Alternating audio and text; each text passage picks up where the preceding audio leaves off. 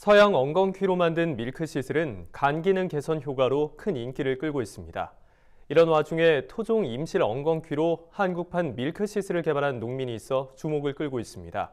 글로벌 건강기능식품 시장에 첫 발을 디딘 심재석 대표를 이유리 기자가 직접 만나봤습니다.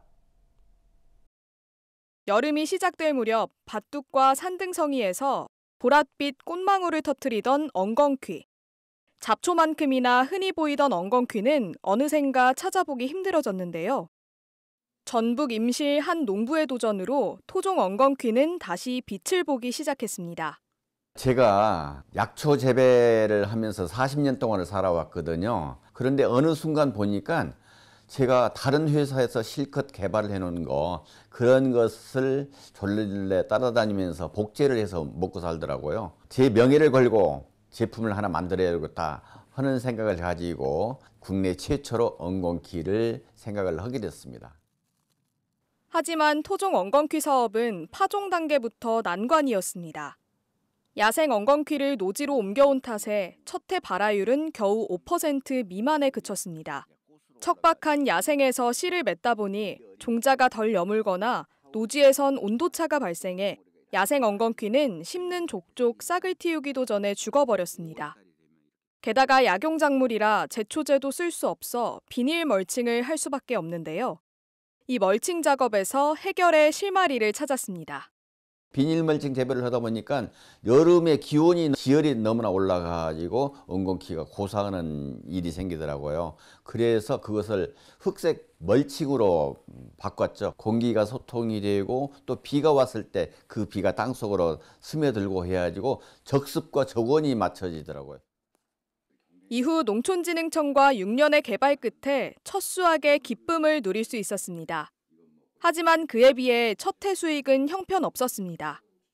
엉겅퀴 꽃은 개화한 지 10에서 15일 이내 채취해야 최대 효능을 발휘하는 데다 약탕기마다 미묘한 맛의 차이가 발생했기 때문입니다. 이에 심 대표는 자신만의 철칙을 세웠습니다. 한 해 사용하는 엉겅퀴 양만 해도 100여 톤인지라 맛과 품질의 균일화를 위해 생산 라인을 자동화했습니다.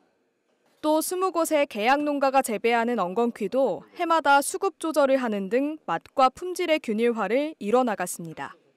뿌리나 이파리나 줄기나 꽃이나 나오는 성분들이 모두 달라요. 그런데 같은 부위라 할지라도 채취 시기에 따라서 성분이 증감되고 감소되고 하는 것이 굉장히 두드러지게 나타납니다. 그래서 원료 표준화를 위해서 성분 지도까지 만들어 놨습니다.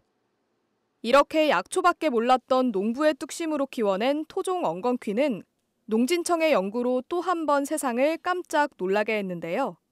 토종 엉겅퀴는 알코올성 간경화 개선뿐만 아니라 알츠하이머성 치매와 관절염, 류머티즘에까지 효능이 있었습니다. 서양 엉겅퀴인 밀크시슬은 실리마닌 성분이 들어있어 간 기능이 있다고 알려져 있는 반면 국내산 엉겅퀴는 분석해본 결과 썰시마닌과 썰시마니틴이라는 성분이 다량 들어있습니다. 혈행 개선과 관절염 등의 효과가 있는 것으로 나타났습니다.